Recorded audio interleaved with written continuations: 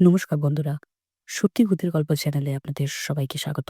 আশা করি আপনারা সকলে খুব ভালো আছেন এবং আজকে আমি গল্পগুচ্ছ সিরিজের ৩ নম্বর এপিসোড নিয়ে চলে এসেছি। এখানে আমি আজকে পাঠ করব ষষ্ঠীপদ চট্টোপাধ্যায়ের একটি শেয়ার করা ঘটনা, যেটি নাম হলো 'পৈশাচিক' এবং এটি তার একটি বই, যেটা ৫০ টি ভূতের গল্প তার অংশ। কিন্তু তিনি এটা মেনশন করেছেন সেখানে যে এটি তার একজন আত্মীয়ের থেকে শোনা সত্যি ঘটনা। আমার সাথে থাকবেন। আমি আজকের গল্পটা শুরু করছি এবং আমি সেভাবেই পড়ব যেভাবে লেখক লিখেছেন। আজকের গল্প 'পৈশাচিক'। আজকাল ভূতের গল্প কেউ লেখেন না। তার কারণ, এই বিজ্ঞানের যুগে ভূতে বিশ্বাস করেন না কেউ। যদিও বা কেউ লেখেন, তো গল্পের শেষে এমন করে দেন যে আসলে ভূত বলে যেন কিছুই নেই। মানুষ মনের ভ্রমে অথবা উল্টোপাল্টা কিছু দেখে অযথা ভয় পেয়ে ভূতের অস্তিত্ব কল্পনা করে নেয়। আমার এই গল্পটি কিন্তু সেরকম নয়। কেউ বিশ্বাস করুক আর নাই করুক, ঘটনাটি ঘটেছিল আমার মায়ের যিনি বড় মামা, তিনি সেকালের একজন নামকরা ডাক্তার ছিলেন। গল্পটা তার মুখেই শুনেছিলাম। তিনি এখন বেঁচে নেই, কিন্তু তার বলে যাওয়া গল্পটি আজও বেঁচে আছে আমার কাছে। তিনি গল্পটি যেভাবে বলেছিলেন, ঠিক সেভাবেই বলছি তোমাদের। আমি তখন শিবানীপুরে থাকি। ডাক্তারি পাশ করে কলকাতায় না গিয়ে গ্রামের মানুষের সেবাতেই জীবন উৎসর্গ করেছি। ভগবানের কৃপায় আমার হাত যশও হয়েছিল খুব তখন। আর বনগাঁয়ে শিয়াল রাজার মতো ওই অঞ্চলে ডাক্তার বলতে তো আমিই ছিলাম। তখনকার গ্রামও ছিল গ্রামের মতো গ্রাম, একেবারে অজ যাকে বলে, ঠিক তাই। গ্রাম তখন এমনই ছিল যে এখনকার গ্রামের ছেলেরাও তখনকার সেই গ্রামকে কল্পনা করতে পারবে না। যাই হোক, সেই সময় আমার গ্রামের প্রায় ১৫ মাইল দূরের এক গ্রাম থেকে কল এলো আমার। কলেরার কেস। না যাওয়া ছাড়া কোনো উপায় নেই। তাই যা সঙ্গে নিয়ে আমার একটা ঘোড়া ছিল, সেই ঘোড়ায় চেপে রুগী দেখতে চললাম। সন্ধ্যের মুখে বেরিয়েছি, তাই যেতে যেতেই রাত হয়ে গেল। কাজেই রুগী দেখার পর ওই গ্রামেই সেই রাত্রিটা রয়ে গেলাম।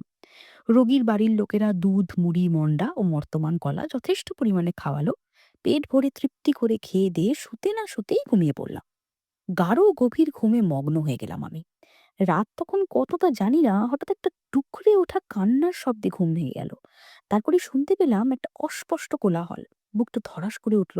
রুগী কি মরে গেল নাকি? কিন্তু যা ওষুধ দিয়েছি তাতে মরবার তো কথা নয়। বিশেষ করে রুগীর শরীরের অবস্থা খুবই ভালো ছিল। কান্না শুনে তাড়াতাড়ি টর্চ জ্বেলে দরজা খুলে বেরিয়ে এলাম। ঘর থেকে বেরিয়েই দেখি একটা অল্প বয়সী বউ উঠোনে শুয়ে আছাড় কাছাড় করে কাঁদছে আর চেঁচাচ্ছে, "ওগো, আমার কি সর্বনাশ হয়ে গেল গো! আমার বাপুনকে খেয়ে ফেললে। আমি কোনো রকমে আমার খোকাকে নিয়ে পালিয়ে এসেছি। তোমরা বলে দাও আমি এখন কি করবো গো?" বউটির কান্না দেখে বা তার কথা শুনে ভাবলাম হয়তো গোবাগ বা অন্য কিছুতে তার বাপুনকে খেয়ে ফেলেছে। কিন্তু আশেপাশের লোকেদের মুখে যা শুনলাম, তাতে তো নিজের কানকেই বিশ্বাস করতে পারলাম না। এও আবার হয় নাকি? বউটির স্বামী কলকাতায় কাজ করে। প্রতি শনিবার সে বাড়িতে আসে। রবিবার বাড়িতে থেকে সোমবার ভোরে সে চলে যায়। আর শনিবার লোকে যথা নিয়মেই রাত্রিবেলা এসে উপস্থিত হয়। কিন্তু কেমন যেন উদ্ভ্রান্ত চেহারা তার। চোখ দুটো লাল, মাথার চুল উস্কো খুস্কো। বউটি স্বামীকে জিজ্ঞেস করে, "কি ব্যাপার, তোমার শরীর খারাপ নাকি?" লোকটি কোনো রকমে শুধু হুঁ বলে, আর কিছু না। রাতের খাওয়া দাওয়া পর্যন্ত করে না সে সেদিন।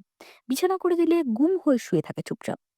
বউটি আর কি করে, মন মরা হয়ে কিছুই বুঝতে না পেরে সামান্য দুটি মুড়ি চিবিয়ে এক ঘটি জল খেয়ে শুয়ে পড়ে ছেলে দুটিকে নিয়ে। একটি ছেলে তার ৩ বছরের এবং অপরটি ৬ মাসের। বউটি শুয়ে থাকে, কিন্তু নানান চিন্তায় তার ঘুম আর আসে না। হঠাৎ একসময় চপাং সপাং শব্দে চমকে উঠে আর চোখে তাকাতেই শিউরে ওঠে সে। দেখে তার স্বামী মশারির বাইরে বসে কি যেন খাচ্ছে। দেখি তো বুক শুকিয়ে গেল বউটির। পাশে হাত বাড়িয়ে দেখলো কোলের ছেলেটি নেই। কচি ছেলে রাত বিরেতে কান্নাকাটি করলে দুধ খাওয়াবার জন্য, কাঁথা পাল্টাবার জন্য ছোট্ট চিমনির লণ্ঠনটা অল্প করে জেলে রেখেই শুতো সে। তাতেই দেখলো ওর স্বামী মশারির বাইরে বসে সেই শিশুটিকেই ছিঁড়ে ছিঁড়ে খাচ্ছে। বউটির মনে হলো সে একবার চিৎকার করে কেঁদে ওঠে, কিন্তু তা সে করলো না। আবার অন্য ছেলেটিকে নিয়ে চুপি চুপি পালাবার মতো সাহসও হলো না তার। কেননা পালাতে গেলেই তো ধরা পড়ে যাবে সে। তাই করলো কি, ইচ্ছে করেই ঘুমন্ত ছেলেটার গায়ে জোরে একটা চিমটি কেটে দিল। যেই না দেয়া অমনি শুরু হয়ে গেল ম্যাজিক। ছেলেটা চিৎকার করে কেঁদে উঠল। আর ওর স্বামী তাড়াতাড়ি মশারির ভেতর ঢুকে আত খাওয়া শিশুটিকে যথাস্থানে শুইয়ে দিয়ে যেন কিছুই জানে না এমন ভাবে শুয়ে পড়ল। বউটি যেন দেখেও দেখল না। যেন ছেলের কান্নায় এইমাত্র ঘুম ভেঙে গেল এমন একটা ভান করে টিপ টিপ করে ঘা কতক বসিয়ে দিল ছেলেটির পিঠে। স্বামী বলল, কি হলো, রাত দুপুরে শুধু শুধু মারছো কেন ওকে? বউটি যেন খুবই বিরক্ত হয়েছে এমনভাবে বলল, না, মারবো না, পাপ কোথাকার। প্রতিদিন রাত্রি হলেই ওনাকে মাঠে বসাতে নিয়ে যেতে হবে, ভালো লাগে? তা নিয়ে যাও, নাহলে ছেলে মানুষ বিছানা নষ্ট করে ফেলবে তো। বউটি এই সুযোগেরই অপেক্ষা করছিল। ছেলের নড়া ধরে তাকে হিড় হিড় করে টেনে তুলে বাড়ির বাইরে এসেই শিকল তুলে দিল দরজায়, দিয়ে এখানে এসে আছাড় কাছাড় করে কাঁদতে লাগলো। সব শুনে তো আমার মাথাটাই খারাপ হওয়ার জোগাড়। আমি বেশ বুঝতে পারলাম বউটির স্বামী হঠাৎ উন্মাদ হয়ে গিয়ে এই কীর্তি করে ফেলেছে।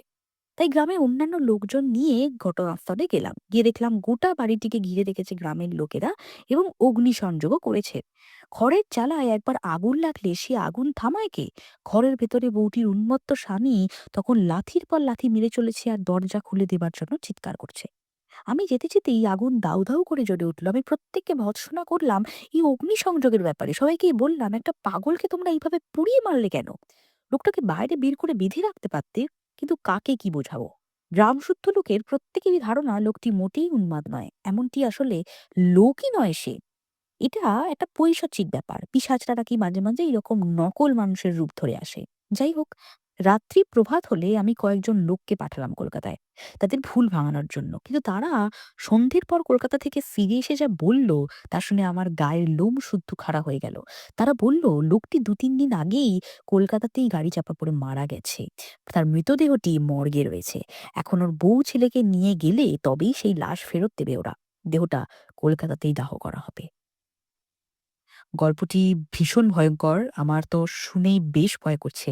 আশা করি আপনাদেরও খুব ভালো লেগেছে গল্পটি। এরকমই আরো অনেক নতুন, নতুন গল্প শুনতে হলে আমার চ্যানেলটি অবশ্যই ফলো করবেন এবং সাবস্ক্রাইব করবেন এবং আপনারা ভালো থাকবেন। নমস্কার।